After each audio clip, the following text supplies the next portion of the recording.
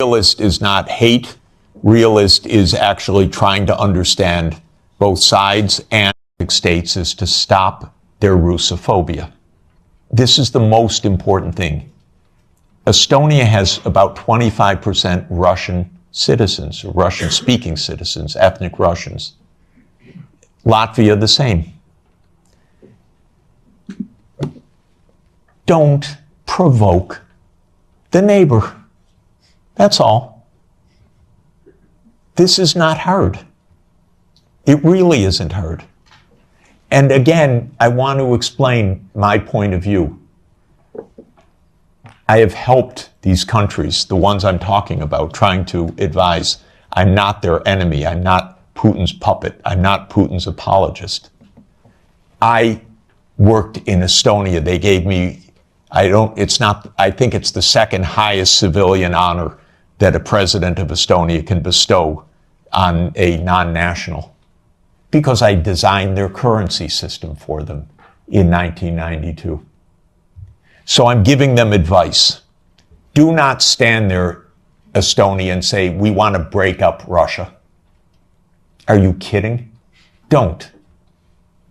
This is not how to survive in this world. You survive with mutual respect, actually. You survive in negotiation. You survive in discussion. You don't outlaw the Russian language. Not a good idea when 25% of your population has a first language of Russian.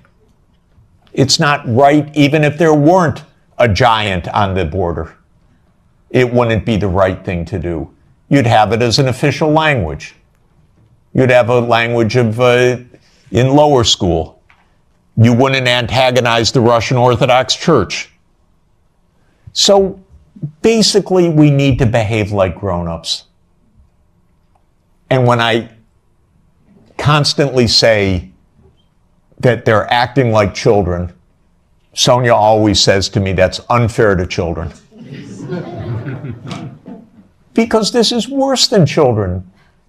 We have a 6-year-old granddaughter and a 3-year-old grandson, and they actually make up with their friends. And we don't tell them, go, just ridicule them tomorrow and every day. We say, go, give them a hug and go play. And they do. This is not hard. By the way, well, anyway, I won't belabor the point. Thank you. So, elect a new government. No, I shouldn't say that. First, you have to be democratic. All I should say is change policy. I don't want to have a political leaning here. Yeah. Maybe a lady. And does that work? Yeah. Hi, my name's Ciara. I'm a reporter with the Brussels Times. Thank you for the fascinating talk, Jeffrey. I just wanted to ask you about Trump's statements about wanting NATO members to increase their spending by 5%. And we're now seeing lots of countries scrambling to prove that they're going to do that, including Belgium.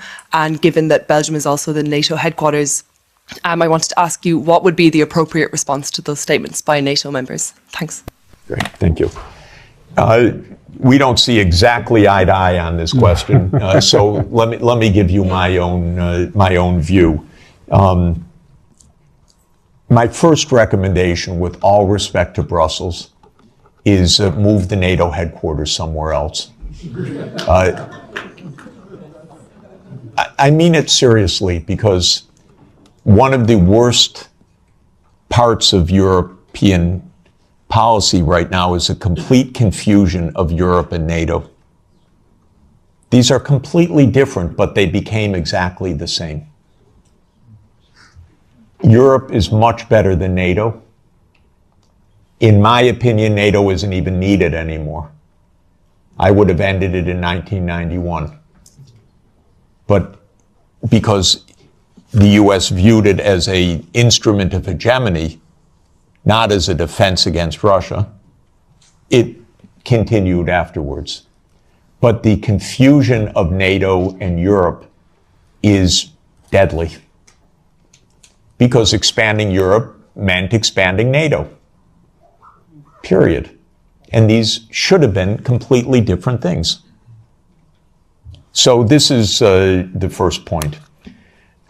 My own view, again, with all respect to Michael, we only had a brief conversation about it, is that Europe basically should have its own foreign policy and its own military security, its own strategic autonomy, so-called. And it should. I'm in favor of that. I would disband NATO, and maybe Trump is going to do it anyway.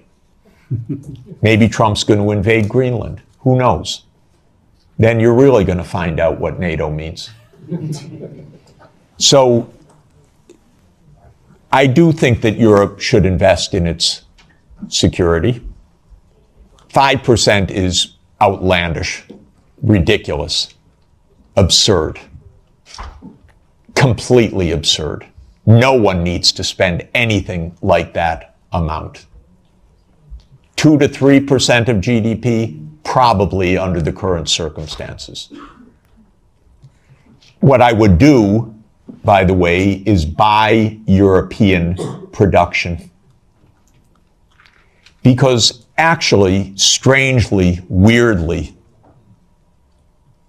unfortunately in this world, and it's a truism, but it's unfortunate, so I'm not championing it, a lot of technological innovation spins off from the military sector because governments invest in the military sector. So Trump is an arms salesman. You understand that.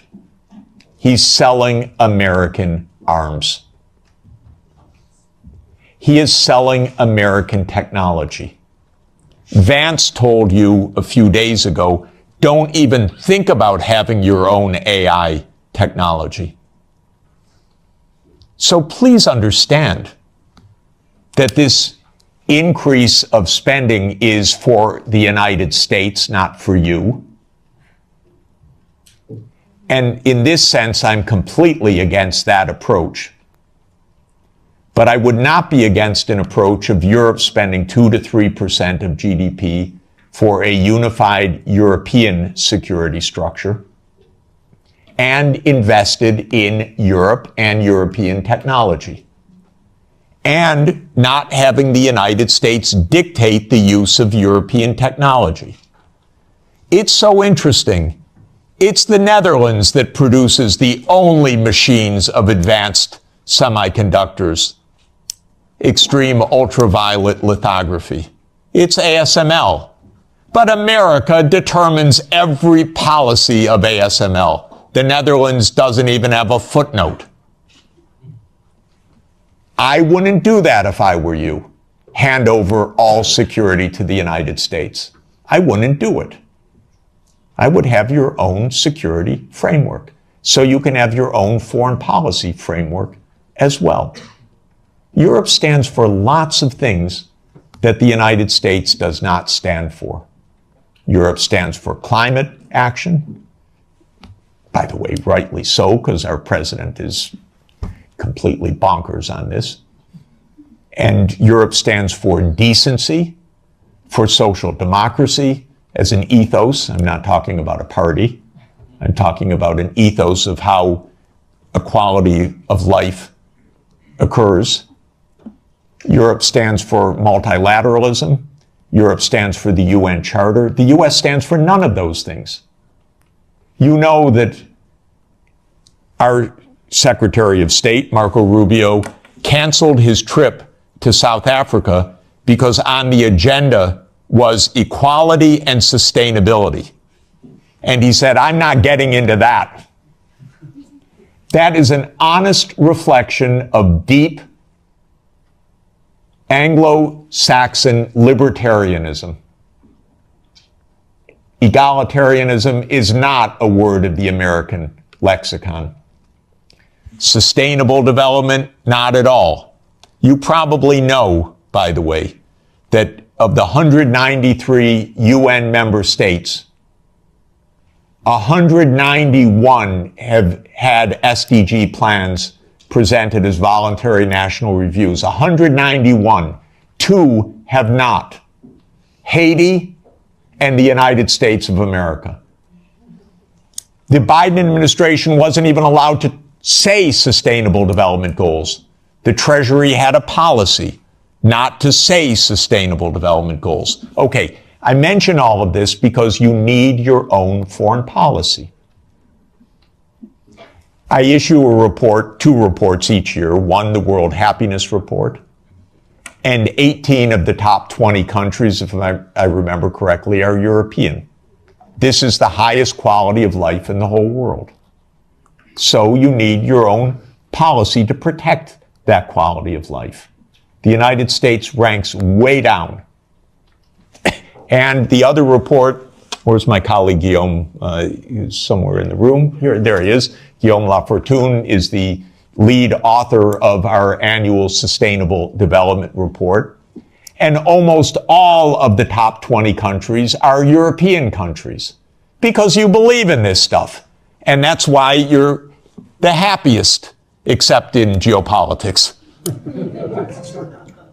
But quality of life. So you need your own foreign policy, but you won't have it unless you have your own security. You just won't. And so, and by the way, 27 countries cannot each have their own foreign policy. This is a problem. You need a European foreign policy and a European security structure. And by the way, although Michael assures me it's dead, I was the greatest fan of OSCE and believe that OSCE is the proper framework for European security. It could really work. Okay, and afterwards, first.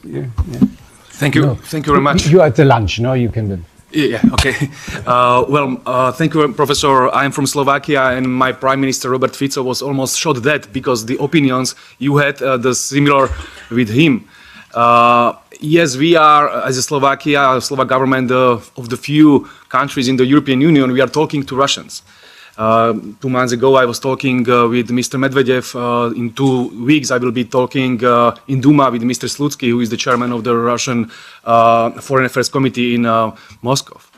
Maybe my question is, what would you be your message to Russians in this moment? Because as I heard, they are on the victorious wave. They have no reason to not to conquer the Donbass because that's their war aim.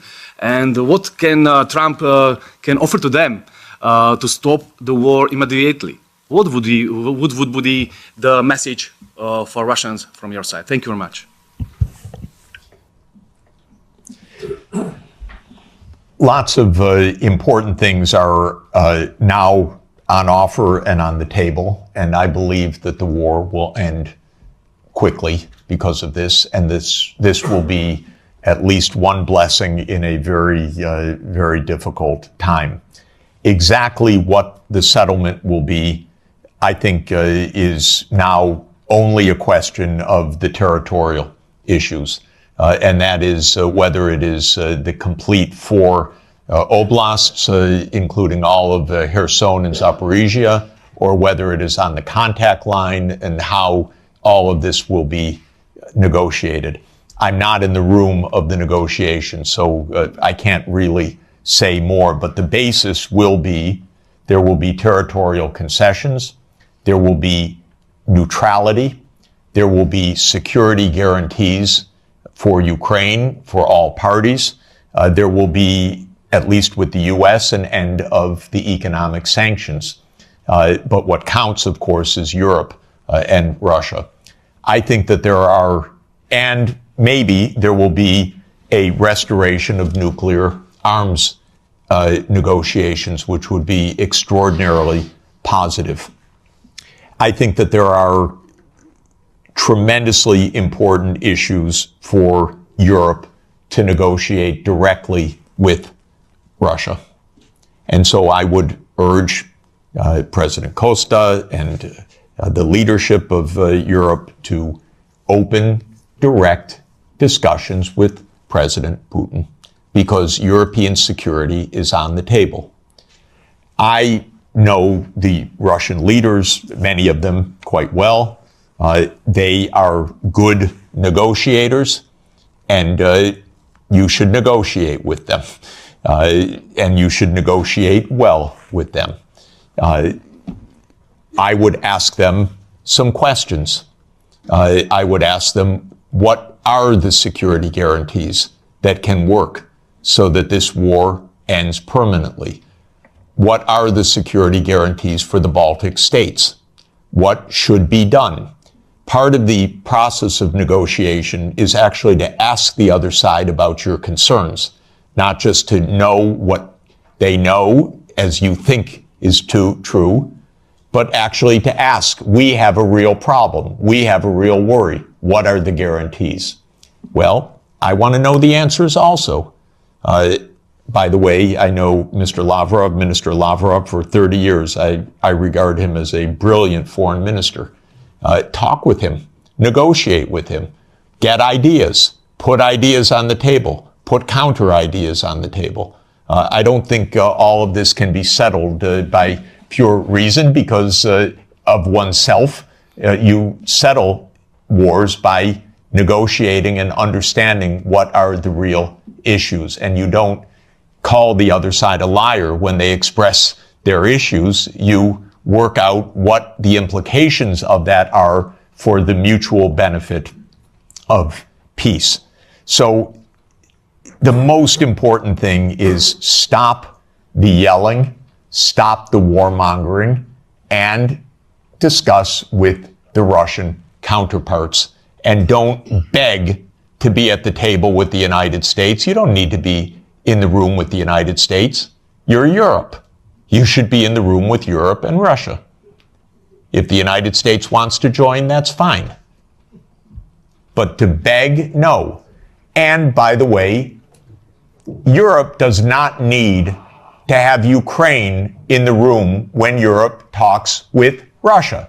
You have a lot of issues, direct issues. Don't hand over your foreign policy to anybody, not to the United States, not to Ukraine, not to Israel. Keep a European foreign policy. This is the basic idea. Okay, you have one more. Hans Neuhoff from the Sovereignists political group in this parliament, Alternative for Germany as political party. First of all, let me thank you, Mr. Sachs, for being here and sharing your ideas with us, and be assured that many of your ideas and of your colleague John Mersheimer have well been received by political groups here and have been integrated into our agenda. I widely share your views, yet there's one question regarding the historical account that you gave, where I would like to go in some detail. And this concerns the beginning of NATO expansion. You reported from the website What Gorbachev Heard that there are many quotations from Genscher, for example, that NATO will not move 1 inch eastwards. Now, the 2+4 treaty has been signed in September 1990, right, in Moscow. So at that point in time, the Warsaw Pact still existed. And countries like Poland, Hungary, and Czechia were not part of the negotiations for the 2 and 4 treaty. So the Warsaw Pact actually dissolved in July 1991, and the Soviet Union dissolved in December 1991. So nobody who was present in the negotiations could speak for Poland, could speak for Hungary, could speak for Slovakia, that they would not try to become member of NATO once the overall situation has changed. So the counter-argument, which we have to counter, is that it was on the will of these countries, of Poland, of Hungary, of Slovakia, that they wanted to join NATO because of the very history they had with the Soviet Union. And of course, Russia was still perceived in a way as a follower of the Soviet Union. So how do you counter that argument?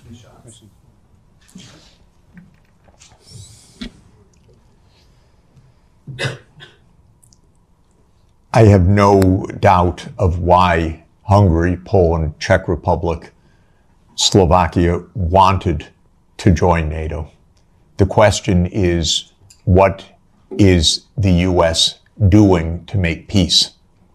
Because NATO is not a choice of Hungary, Poland, Czech Republic, or Slovakia. NATO is a U.S.-led military alliance.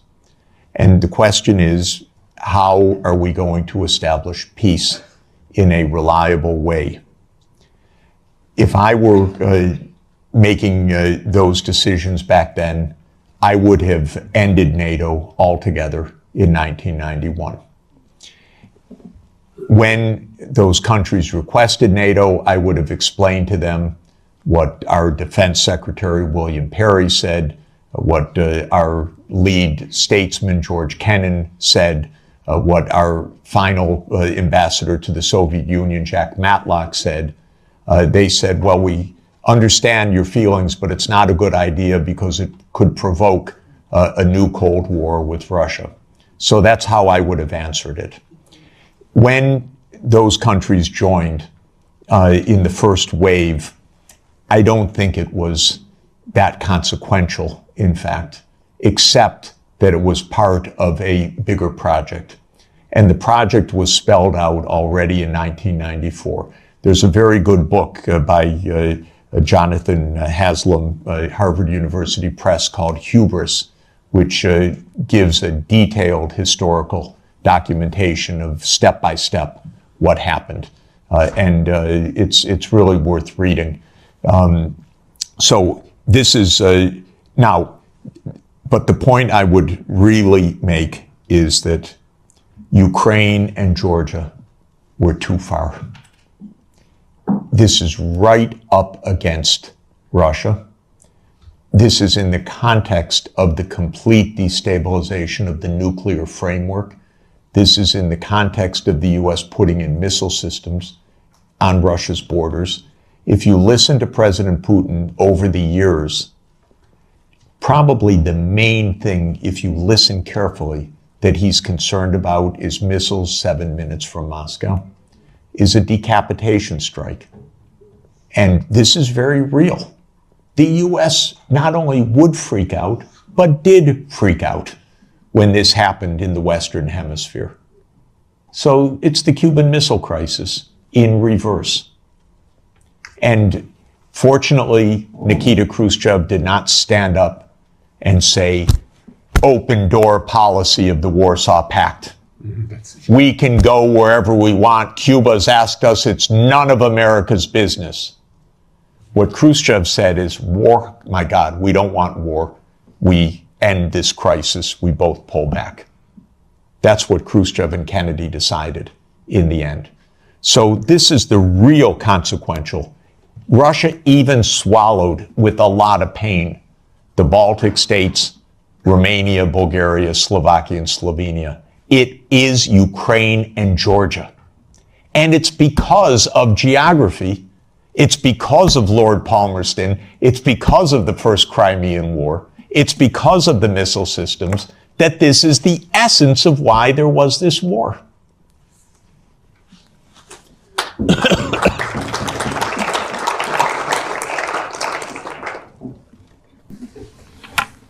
Yeah. Is there anybody else? Because then we maybe close. What, you want to be the last one? Oh, no, I see. Which one? Oh.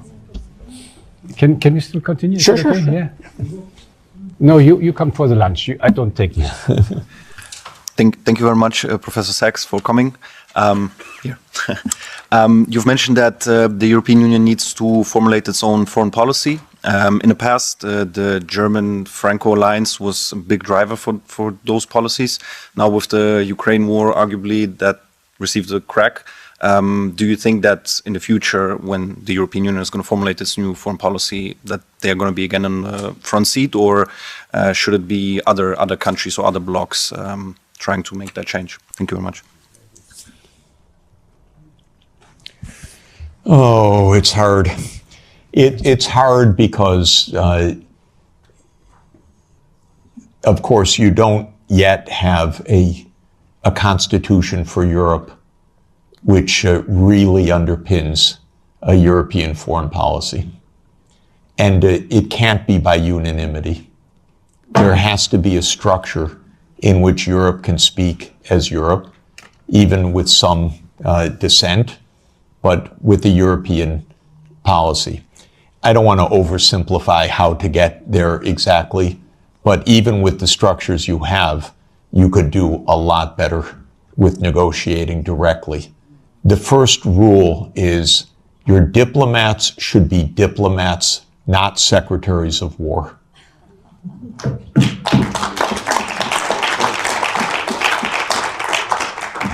Honestly, that would go halfway, at least, to where you want to go.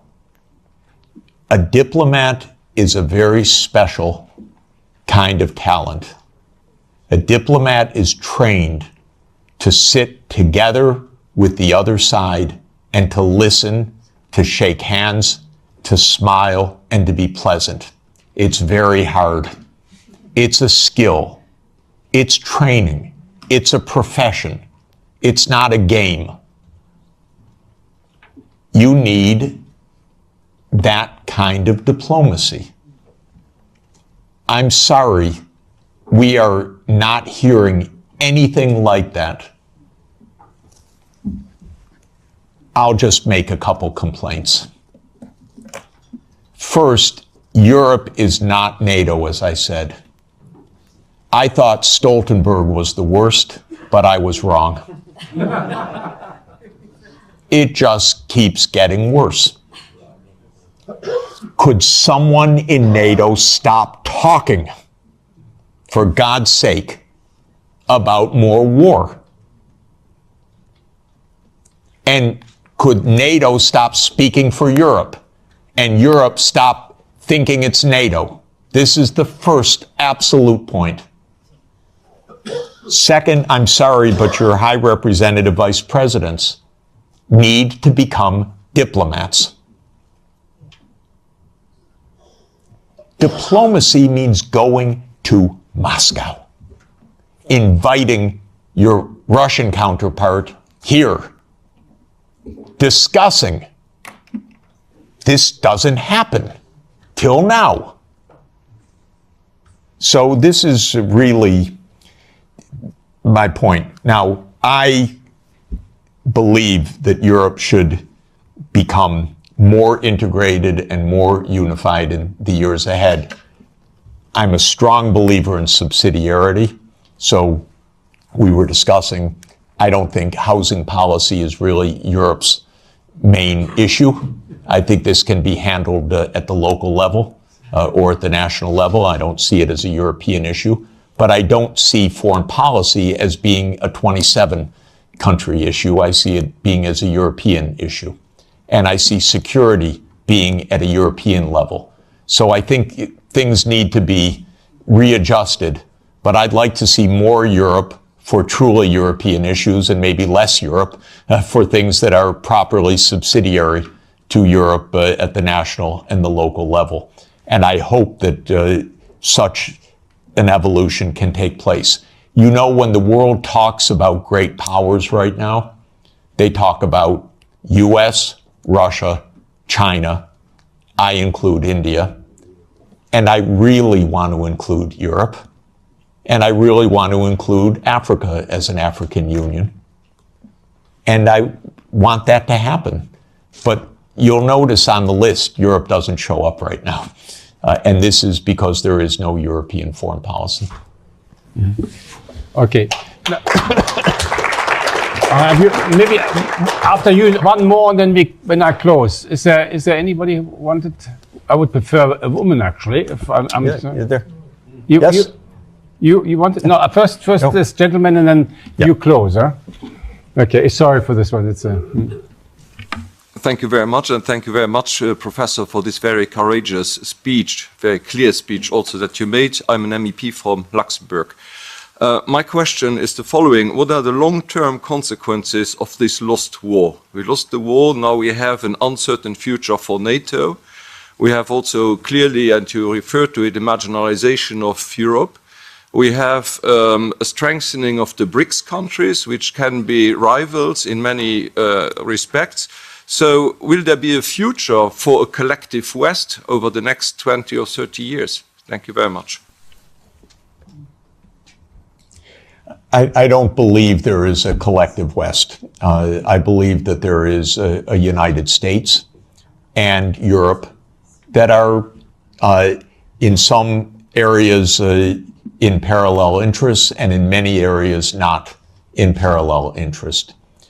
I want Europe to lead sustainable development, climate transformation, global decency. I believe if the world looked more like Europe, it'd be a happier, more peaceful, safer world. And longevity and better food, by the way. But just saying, in any event, Europe has a vocation that is rather different from the American tradition and frankly, from the Anglo-Saxon tradition, because it's been 200 years of Anglo-Saxon hegemony or aspirational hegemony. The British still believe they run the world. It's amazing what nostalgia means. They don't even stop.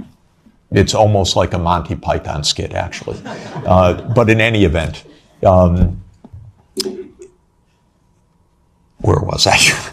I'm thinking of Monty Python when the knight gets all his limbs cut off and says, "Everything's fine, I'm victorious." That's Britain, unfortunately.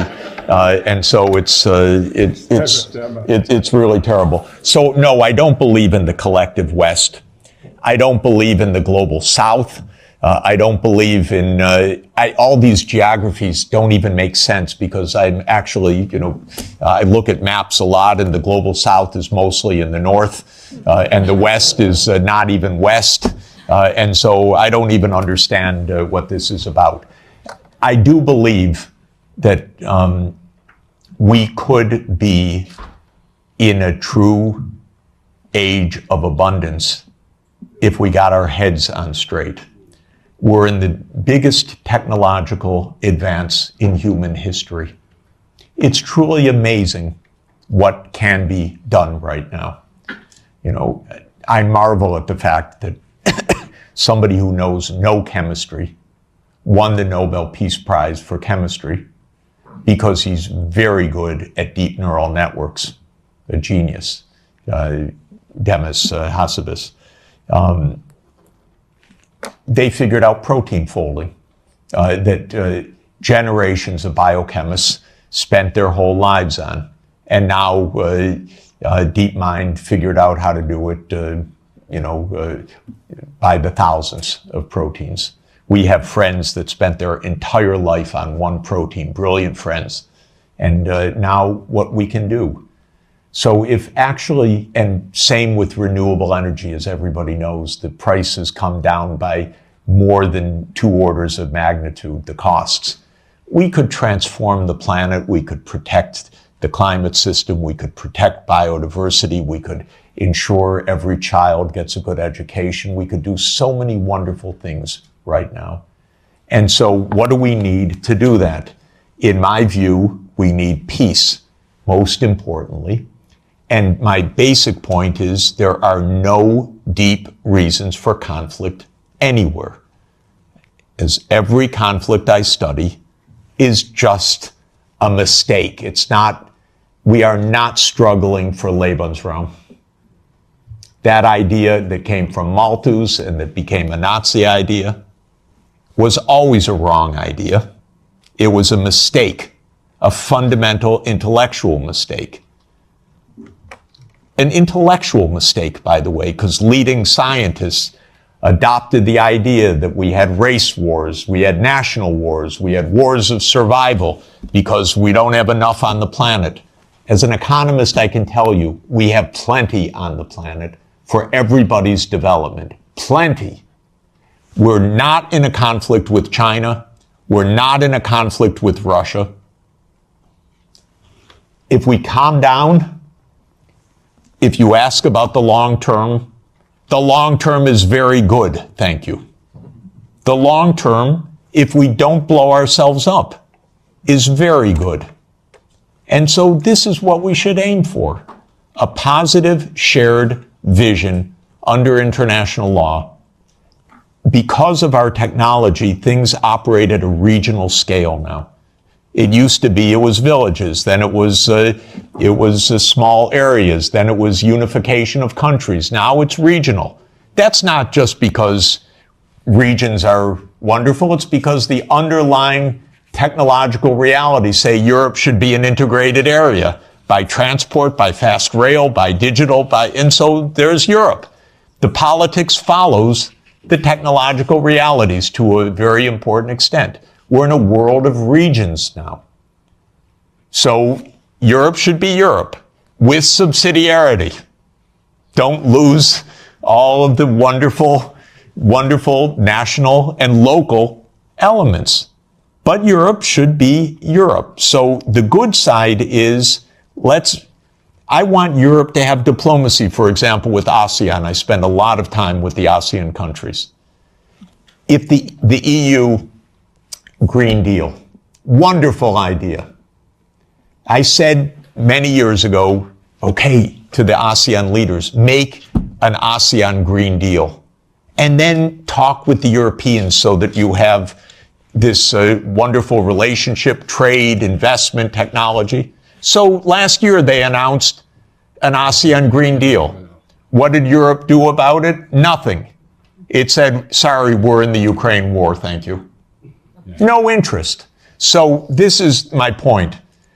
The prospects are very positive if we construct the peace.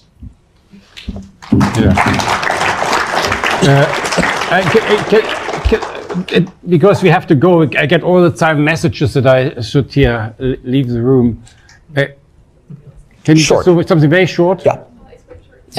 Do you think that a way out of the conflict is some kind of style of Finlandization? And then, like, is that what you would have?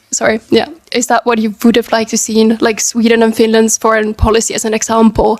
Like, is that instead of them becoming members of NATO, is that the way that you would have liked to see these countries handle their foreign policy?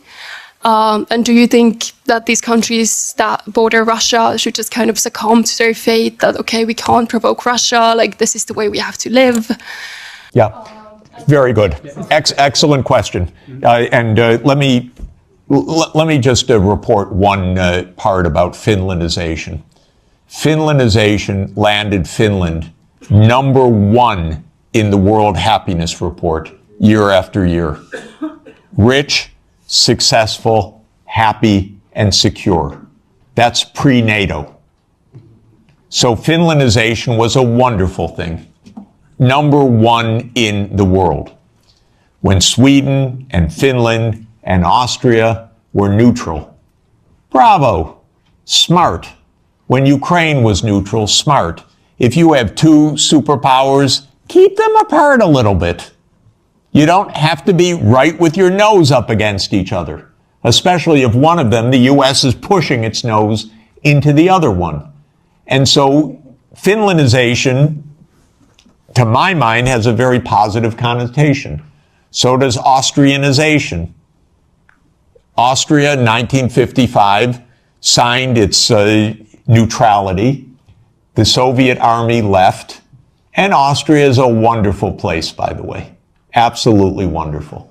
And so this is basic how to avoid conflict. If the United States had any sense at all, it would have left these countries as a neutral space in between the U.S. military and Russia. But that's where the U.S. lost it.